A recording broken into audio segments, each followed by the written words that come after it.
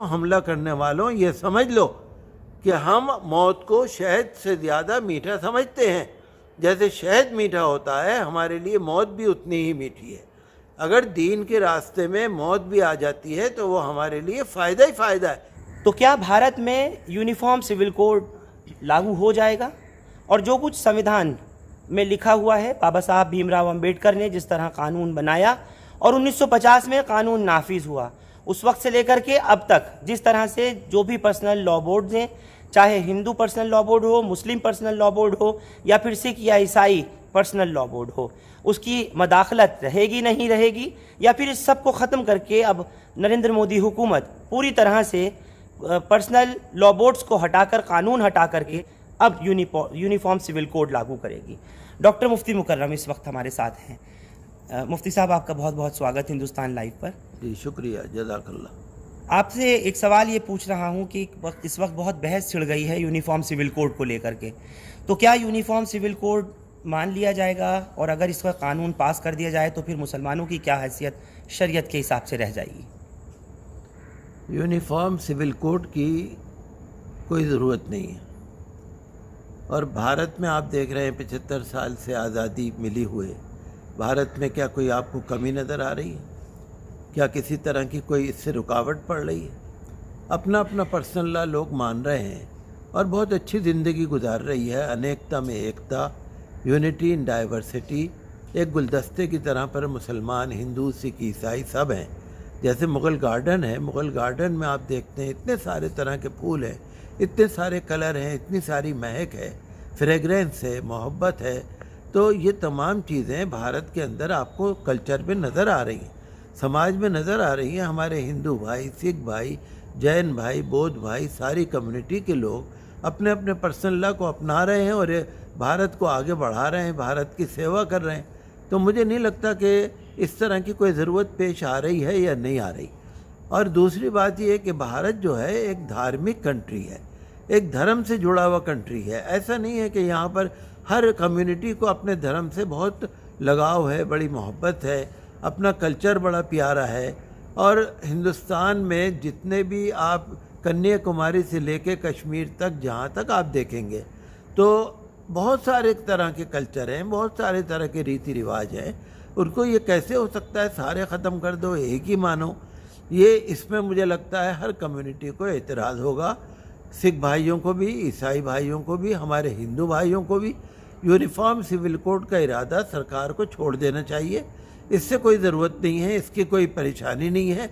जब देश वैसे ही चल रहा है तो चलते रहना चाहिए, इसमें क्या परेशानी आ रही है? सवाल यह है कि अगर यूनिफॉर्म सिविल कोड लागू होता है तो मुसलमानों को इससे किस चीज़ की परेशानी हो सकती है? देखिए, मुसलमानों की शरीयत जो है वो कुरान शरीफ पर उसकी बुनियाद है। कुरान शरीफ अल्लाह का कलाम है, ये अल्लाह का दीन है, अल्लाह की दी हुई शरीयत है, रसूल पाक सल्लल्लाहु अलैहि वसल्लम का लाया हुआ दीन है। हराम और हलाल, जायज़ और नाजायज़, वाजिब, फ़र्ज़, सुन्नत, ये तमाम चीज़ों को हमें मज़हब में देखना पड़ता है। अगर यूनिफॉर्म सिविल कोड हमसे कहता है कि कोई भी चीज़ आप कर सकते हैं, आपके लिए जायज़ है, हमारा मज़हब कहता है नाजायज़ है, तो हम उसको कैसे मान सकते हैं? जो हराम चीज़ है अगर, तो उसको मुसलमान कैसे मान सकते हैं? इसी तरह पर हिंदू कम्युनिटी में, मुस्लिम कम्युनिटी में अगर उनका धर्म ये कहता है कि ये नहीं करना और कोर्ट ये कहती है, सरकार ये कहती है, या हमारा यूनिफॉर्म सिविल कोड कहता है कि हमें करना है, तो मैं समझता हूँ इसको तो कोई भी नहीं मानेगा। और अभी तक चूँकि यूनिफॉर्म सिविल कोड का कोई शक्ल, कोई रूप हमारे सामने नहीं है, इसलिए कोई ज़्यादा कहना इस वक्त मैं समझता हूँ मुनासिब भी नहीं है। लेकिन मैं तो भारत सरकार से यही अपील करूँगा कि करने के बहुत सारे काम हैं। आजकल देखिए अस्पताल नहीं है, बीमार लोग परेशान हैं। आजकल कोर्ट्स नहीं है, अदालतें नहीं हैं। आपको मैं कैसे बताऊं कितने ज़्यादा लोग परेशान हैं अदालतों से। इतने ज़्यादा केसेस हैं, इतने ज़्यादा बंडल हैं, इतने ज़्यादा बर्डन है जजों के ऊपर, वकीलों के ऊपर। बहुत परेशानी, करने के बहुत सारे काम हैं। हॉस्पिटल बनाने हैं और कोर्ट्स बनानी है और इंसाफ देना है, रोज़गार देना है, महंगाई को ख़त्म करना है, बेरोज़गारी को ख़त्म करना है, करप्शन को ख़त्म करना है। सबसे ज़्यादा करप्शन, भ्रष्टाचार, ये तमाम चीज़ें हैं और बहुत सारे काम हैं। आप देखिए ना कि अगर हम एक तरफ कहते हैं कि हमें अमेरिका जैसा बनना है, हमें इंग्लैंड जैसा बनना है, पिछले दिनों मैं सुनता था कि जी टोक्यो जैसा बनना है, हमें जापान जैसा बनना है। ठीक है, आप अमेरिका बनो, चाहे जापान बनो, चाहे इंग्लैंड बनो, चाहे ऑस्ट्रेलिया बनो, आपको उस जैसे बनना पड़ेगा ना। खाली नाम कोई आप प्लेन एक बोर्ड लगा देंगे अपना कि टोक्यो, तो टोक्यो तो नहीं हो जाएगा ना वो। तो भारत को अगर हम बड़े मुल्कों के साथ अगर हम कंपेयर करेंगे और हम आगे बढ़ाएंगे तो देश में भी बहुत सारे काम हैं, बहुत सारे काम करने के हैं। ये यूनिफॉर्म सिविल कोड हुआ या मस्जिद मदरसे की लड़ाई हुई या फ़िरक़ा परस्ती, इससे देश बदनाम हो रहा है, देश का मान सम्मान ख़राब हो रहा है। और अगर देश का मान सम्मान ख़राब हो रहा है तो देश की सरकार का भी नाम सम्मान ख़राब हो रहा है, इमेज ख़राब हो रही है। तो मेरा कहना यह है कि हॉस्पिटल हैं, एजुकेशनल इंस्टीट्यूशंस हैं, यूनिवर्सिटीज़ हैं, रोज़गार है, महंगाई को कंट्रोल करना है, आम जनता की सेवा करनी है। बेचारे वो लोग, आप देखिए कितने सारे लोग हैं, आप निकल जाइए दिल्ली की सड़क पे, रात को रोड पे कितने सारे लोग पड़े नज़र आते हैं बेचारे। तो आखिर इनके लिए भी तो कोई आवास योजना होनी चाहिए ना, कि भाई ये लोग रातों में यहाँ रोड पे पड़े हुए हैं, औरतें पड़ी हैं, महिलाएं हैं, बच्चे हैं, इनके लिए भी तो कुछ होना चाहिए ना। तो सरकारों को ऐसी चीज़ों को करना चाहिए जहाँ गरीब आवाम और जनता का फ़ायदा हो। यूनिफॉर्म सिविल कोड से जनता का कुछ फ़ायदा नहीं है, कोई भला होने वाला नहीं है। तो फिर क्या है ये, फिर किस चीज़ का फ़ायदा करने के लिए? कुल मिलाकर ये इसकी सब वजह क्या है कि कॉम्प्लेक्स होता रहे और सारे मुद्दे और छूटते रहें, लोग ना पूछे सवाल। वही बात है, अटेंशन डाइवर्ट करने के लिए, ध्यान बटाने के लिए लोगों को ऐसे मामले में उलझा दो कि वो उसी में उलझे रहें और सरकार की तरफ या अपनी परेशानियों की तरफ ध्यान न दें। थोड़ी देर के लिए आप देखिए, चलिए बुलडोज़र आप चला दीजिए, इससे क्या किसी का पेट भर जाएगा? क्या भूखे का पेट भरेगा? क्या किसी के सर पे छत नहीं है तो छत आ जाएगी? और बुलडोज़र का मामला यह है कि हमें बुलडोज़र से दुश्मनी नहीं है। हमारा कहना यह है कि आप प्रॉपरली नोटिस दो, प्रॉपरली उस केस को फॉलो करो, कोर्ट्स के अंदर जाओ, कोर्ट जो फैसला करे उसको नियम के अनुसार पूरा करो।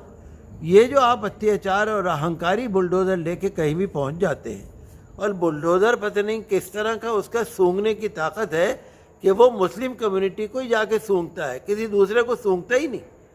तो बुलडोज़र में ऐसी कौन सी मैग्नेट लगा हुआ है कि वो मुसलमानों की तरफ ही जाता है, दूसरे की तरफ जाता ही नहीं? भाई बुलडोज़र में अगर आपको देखना है कि इलीगल एनक्रोचमेंट है तो उसमें दूसरों ने भी तो कर रखा है ना।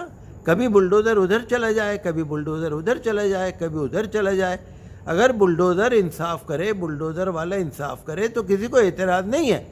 लेकिन बियॉन्ड कोर्ट, मावराए अदालत, जो एक अहंकारी और लट चल रही है ना, अंधे की लाट चल रही है, अंधे की लाठी चल रही है कि वो किसी के भी लग जाए, तो मुसलमानों के साथ इस तरह से दुर्व्यवहार करना, मुसलमानों के साथ बदसलूकी करना, जुल्म करना, अहंकारी एक एक्शन को पूरा करना और डिमोरलाइज करना, कहीं मस्जिद, कहीं मंदिर, कहीं नमाज, कहीं अजान, कहीं पर जुम्मे की नमाज, कहीं खुले में नमाज नहीं हो रही, कहीं लिंचिंग हो रही है, कहीं नहीं तो गाज़ीपुर मंडी बंद करा दो, कभी चिकन की दुकानें बंद करा दो, कभी मीट की दुकानें बंद करा दो, कभी ये कर लो, अगर नवरात्रे आ गए तो गोश्त की दुकानें बंद करो।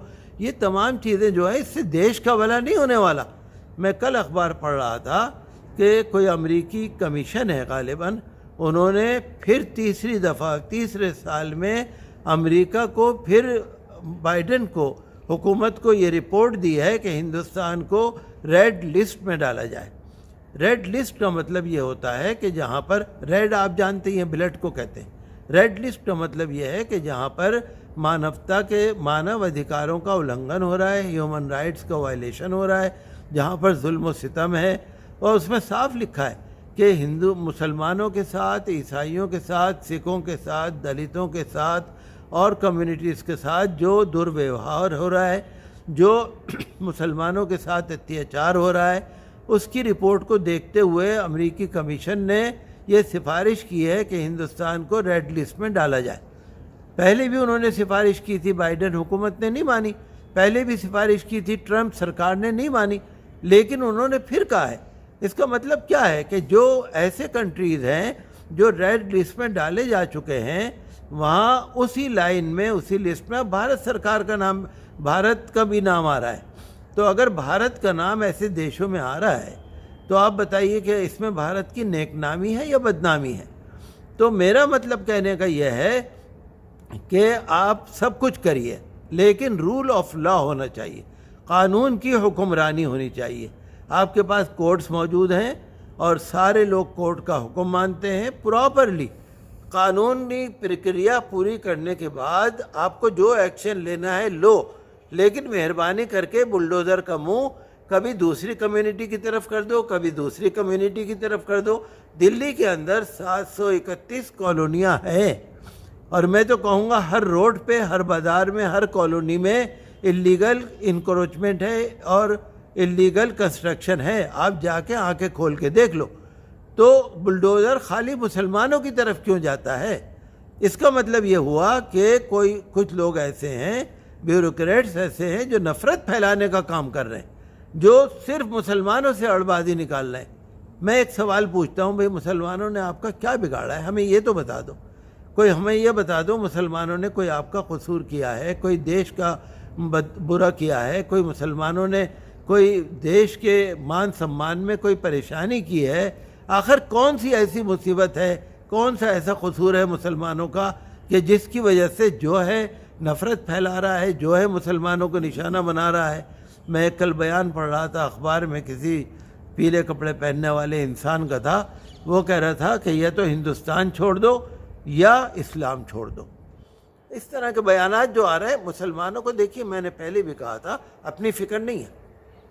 मुसलमान आप चाहे मार दो, चाहे शहीद कर दो, चाहे लूट लो, मुसलमानों को कोई फ़िक्र नहीं है। पहले ज़माने में हुजूर सल्लल्लाहु अलैहि वसल्लम के बाद जो ज़माना आया था, उसके बाद जब मुसलमानों पर चढ़ाई करके लोग आते थे तो मुसलमान हमेशा अपना डिफेंस करते थे।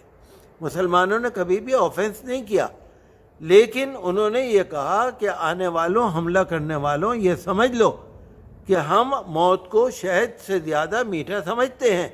जैसे शहद मीठा होता है, हमारे लिए मौत भी उतनी ही मीठी है। अगर दीन के रास्ते में मौत भी आ जाती है तो वो हमारे लिए फ़ायदा ही फ़ायदा है। मुसलमानों को ज़िंदा रहने का कोई शौक़ नहीं है। मुसलमान अपने मज़हब का पालन करते हैं और सबको अपने मज़हब का पालन करना चाहिए। एक अल्लाह जिसने इस संसार को बनाया, उसकी इबादत कर रहे हैं मुसलमान, तो इसमें किसी को क्या एतराज़ हो रहा है? लेकिन चलिए, हम हिंदुस्तान के नागरिक हैं। जब लड़ाई होती है, जब बॉर्डर पे आप देखते हैं मुकाबला करने की बात, वहाँ मुसलमान खड़े हैं। अगर वीर अब्दुल हमीद का नाम लें, जनरल अयूब खां का टैंक जो उड़ाया था, वीर अब्दुल हमीद नहीं उड़ाया था। तो हमारी सेवाओं को अगर आप गिनेंगे तो बहुत लंबी लिस्ट है, APJ अब्दुल कलाम से लेके और कहाँ तक जाएगी।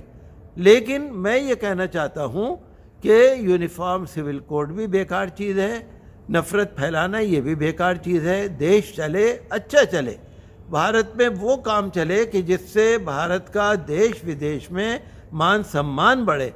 और सरकार को ऐसा काम करना चाहिए, ऐसे काम जिससे देश में अशांति फैले, देश में परेशानी हो, लोगों के अंदर ऑब्जेक्शन की और एतराज़ करने की भावना पैदा हो। ऐसे कामों की तरफ सरकार को ध्यान नहीं देना चाहिए। चलिए, बहुत बहुत शुक्रिया डॉक्टर मुफ्ती मुकर्रम आपका, और आप तमाम लोगों का भी कि आप लोगों ने तमाम बात को सुना। शाही इमाम डॉक्टर मुफ्ती मुकर्रम की यूनिफॉर्म सिविल कोड की कोई ज़रूरत नहीं है हिंदुस्तान में। और जैसे उन्होंने कहा कि जितने भी अपने अपने मज़हबों को मानने वाले हैं, उनके सबके अपने पर्सनल लॉ बोर्ड्स हैं, चाहे मुस्लिम, चाहे हिंदू या सिख या ईसाई। लिहाजा अदालत का और ख़ास तौर से सरकारों का कोई इसमें इंटरफेयर करने का मतलब ही नहीं बनता। मुसलमानों का मामला जो है वो शरीयत से चलता है, शरीयत के अंदर किसी भी तरह की इंटरवेंशन नाकाबिले बर्दाश्त है। और साथ ही डॉक्टर मुफ्ती मुकर्रम का एक वो बयान जो आप लोग लगातार सुनते आ रहे हैं बुलडोज़र्स को लेकर, जैसे इन्होंने कहा कि बुलडोज़र का रुख और मुंह एक ही तरफ नहीं मुड़ना चाहिए, वो तमाम तरफ जाना चाहिए, उन हुक्मरानों को भी देखना चाहिए और एक रूल ऑफ लॉ कायम होना चाहिए जिसके तहत अदालत ही फैसला करे, अदालत में ही मामला जाए और उसके बाद फिर ये तय किया जाए कि कहाँ एनक्रोचमेंट है, कहाँ बुलडोज़र की कार्रवाई होनी चाहिए, किसको ज़मींदोज़ करना है और किसका घर कायम बनाए रखना है। आप लोग हमारे साथ शाही मस्जिद फतेहपुरी से जुड़े, आप सबका शुक्रिया। हिंदुस्तान लाइव फरहान याहिया यूट्यूब पर सब्सक्राइब कर सकते हैं और क्लिक कर सकते हैं बेल आइकन हमारी खबर की पहली नोटिफिकेशन के लिए। फेसबुक पर हमारा page Hindustan live Farhan Yahiya follow और लाइक कर सकते हैं। बहुत बहुत शुक्रिया। Thank you for now.